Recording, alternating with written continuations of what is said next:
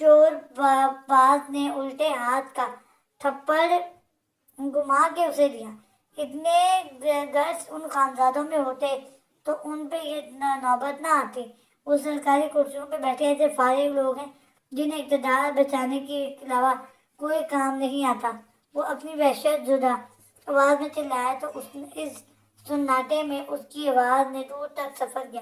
یہ کوئی شاطر انسان ہے جس نے بنا کسی اسلحے کا استعمال کیے انہیں ٹارچر کر کے ایک ہی انداز میں ختم کیا ہے۔ وہ ان لاشوں کو بغور دیکھتے ہوئے گویا ہوا جن پر پہلے معمولی تشدد کیا گیا تھا، پھر اس کی زرگ کی مخصوص زرگ کو دبا کے انہیں موت کی گھاٹ اتار دیا گیا تھا۔ جی سر، نظریں جھکاتے ہوئے دوسرے ملازمین جلدی سے تائیداً گویا ہوئے۔ لیکن سوال یہ پیدا ہوتا ہے کہ یہ شخص وہ جو بھی ہے یہ خانزادوں کا دوست ہے یا دشمن؟ اگر دوست ہے تو اسے فوراً ختم کر دو، اور اگر دشمن ہے تو فوراً ہاتھ ملاؤ۔ اب سے اس لڑکی کی تلاش کو بس پوچھ ڈالو، بلکہ اس شخص کو تلاش کرو جو اس لڑکی سے زیادہ ہمارے لیے فائدہ مند ہو سکتا ہے۔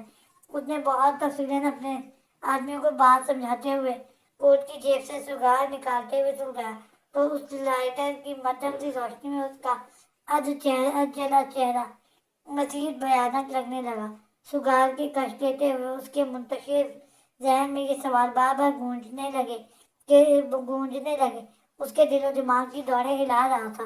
اگر واقعی اس سب کے پیچھے اسی ہائیلی اپروچ خاندان کا تعلق ہے، اگر واقعی وہ ساری حقیقت جانتے ہوں، اگر واقعی نوریں ان کے پاس ہوئی، تو یہ سوال ایسے تھے جنہیں وہ سر جھٹکتے ہوئے دل سے چاہ رہا تھا کہ یہ سب کرنے والا وہ شخص ہو جو کہ واقعی خانزادوں کا دشمن ہو۔ سین چینج، پھوڑے کی مانند جھکتے سر اور بوجھل ہوتی پلکوں کے ساتھ بمشکل کروٹ لینی چاہی تو نہ جانے کیوں ایک نامعلوم سے احساس کے تحت اس کی آنکھیں پٹ سے کھلی۔ آنکھوں کا کھلنا ہی تھا کہ کچھ دیر قبل کا منظر پوری جزیات کے ساتھ اس کی آنکھوں میں کے سامنے لہرایا تو دل و دماغ میں پھر سے پکڑ دھکڑ چلنے لگے۔ وہ ایک جھٹکے سے اٹھے تو نگاہ سیدھی سامنے پڑے سرمئی رنگ کے صوفے پہ بیٹھے شخص سے ٹکرائی اور ذہن میں یہ اختیار کے الفاظ گونجے، آپ نے پوچھا تھا کہ میرے باس نے اب میری کیا ڈیوٹی لگائی ہے؟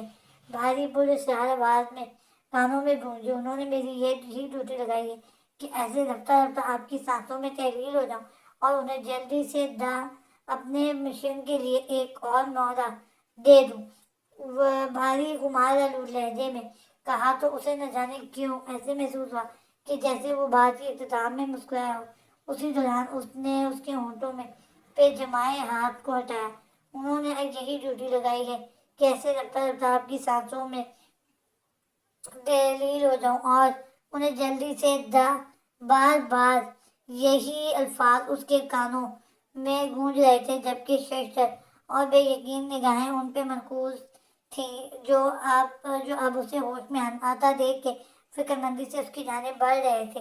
نورے، اب ٹھیک ہو؟ اس کے چہرے پہ بکھرے بال سمیٹتے ہوئے انہوں نے محبت سے پوچھا تو ان کے ہاتھ کے لمس میں وہ جیسے ورتہ حیرت سے باہر نکلی طرح۔ سرکار، آپ؟ اس کے لب ہولے سے سرسرائے، جبکہ بے یقین نگاہیں ہنوز حسن خانزادہ پہ مرکوز تھی جو بہت سنجیدگی کے ساتھ سائڈ ٹیبل پہ پڑا جوس کا گلاس اٹھا کے اس کی جانب بڑھ رہے تھے۔ آپ باس، آپ نے مجھے غیر متوقع صورتحال نے اس کے دماغ کی چولیں تک ہلا دی تھیں۔ میں کسی کا باس نہیں ہوں بچے، لیکن میں آپ کا باپ ہوں، اس لیے مجھے آپ کو جیل سے یہاں لانا پڑا۔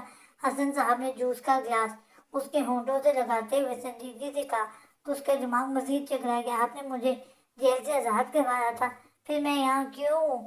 وہ خود کلامی کے سے انداز میں گویا ہوئی، لیکن اس سے پہلے کہ وہ کوئی جواب دیتے وہ اچانک کچھ یاد آنے پر تیزی سے بولی، مجھے جیل سے یہاں تک کون لے کے آیا اور پھر یہاں ملنے کون آیا تھا؟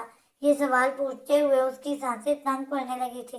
میرا ایک ہی آدمی تھا، جواب دیتے ہوئے انہوں نے اس سے نگاہ چرائی، جبکہ ان کے جواب پر نورے کو اپنا وجود اندیکھی آگ میں جھلستا ہوا محسوس ہوا۔ آپ کا آدمی؟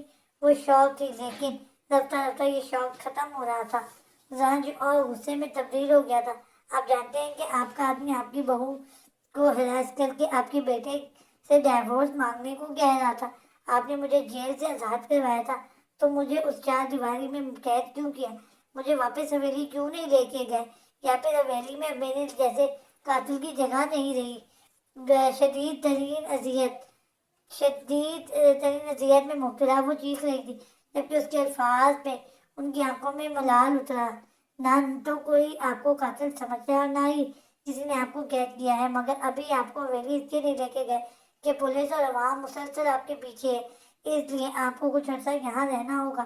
انہوں نے اپنا مخصوص متحمل مزاج میں اسے سمجھانے کی کوشش کی، لیکن اسے تو بس اس آدمی کا لمس اپنے بدن پہ سرسراتا ہوا محسوس ہو رہا تھا. وہ آدمی، اس نے خوفزدہ انداز میں بھی گردن سے ہلاتے ہوئے استفسار کیا. اس نے آپ کو صرف جیل سے نکال کے گاڑی میں ڈالا تھا، اس کے بعد کوئی بھی آپ کے کمرے میں نہیں آیا. آپ شاید کسی نائٹ میئر کا شکار تھے. کمرے کی دیوار پہ لگی پینٹنگ کو تکتے ہوئے وہ تسلی دینے والے انداز میں گویا ہوئے تو اس کا پورا وجود ان کی بات سے انکاری ہوا، مگر وہ مسلسل اس بات پہ زور دے کے ان کے ضبط کا امتحان نہیں لینا چاہتی تھی کہ آخر کو تھے تو وہ مرد ہی اور رشتے میں اس کے سسر. ایسے میں وہ ایسی بات کسی بار ان سے کہہ سکتی تھی جب وہی اس بات سے انکاری تھے. اس سے قبل کہ ان دونوں میں سے کوئی بھی مزید کچھ کہتا، اچانک حسن صاحب کے موبائل پہ کال آنے کی وجہ سے وہ ایکسکیوز کرتے ہوئے باہر نکل گئے. ان کے باہر نکلنے پہ اس نے جیسے ہی تکیے کے ساتھ ٹیک لگا کے اپنے ساتھ کو پرسکون کرنے کی کوشش کی.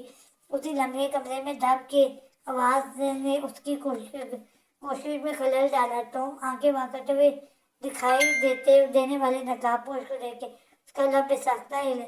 جی، میں سوچا کہ اپنے سسر سے میرے بارے میں پوچھ تاچھ کر رہی ہیں تو کیوں نہ خود ہی انہیں ملاقات کی سعادت بخش لوں.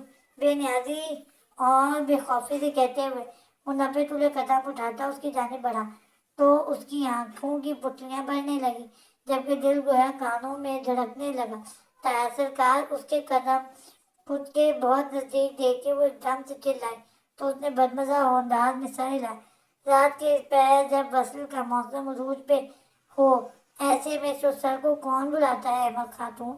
افسوس سے اسے دیکھتے ہوئے وہ اس کے پرے کھسکنے کے مادہ وجود کو اپنے ہاتھ کی گرفت میں لیتا ہوا سادگی سے بولا تو نورے کا چہرہ لٹھے کی مانند سفید پڑنے لگا. کون ہو تم؟ اپنی بے بسی اور اس ذلت سے گھبراتی ہوئی شدت سے رو دی. جب اسے یوں روتے دیکھ کے اس نے لب بیچتے ہوئے اپنی پیشانی زبردستی اس کی پیشانی سے لگاتے ہوئے گہری سانسیں بھری تو اس کی اس بے باک انداز میں وہ پھوٹ پھوٹ کے رو دی.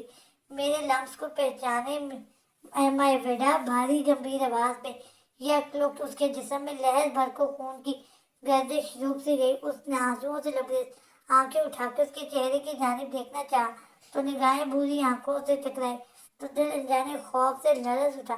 اپنے باس سے کہو کہ وہ چاہتا ہے نا کہ میں حماس خان زادہ پہ قاتلانہ حملہ کروں تو میں کر دوں گی، لیکن خدایا میری عزت پہ یوں وار کرنا بند کر دو اور میرے لیے زندگی کو بدتر مت بناؤ. ان بھوری آنکھوں میں چھائے تاثرات میں اس کے دل و جان کو اس قدر خوف سے بھر دیا کہ فیصلہ جیل کی چار دیواری اس سے نہ کروا سکی.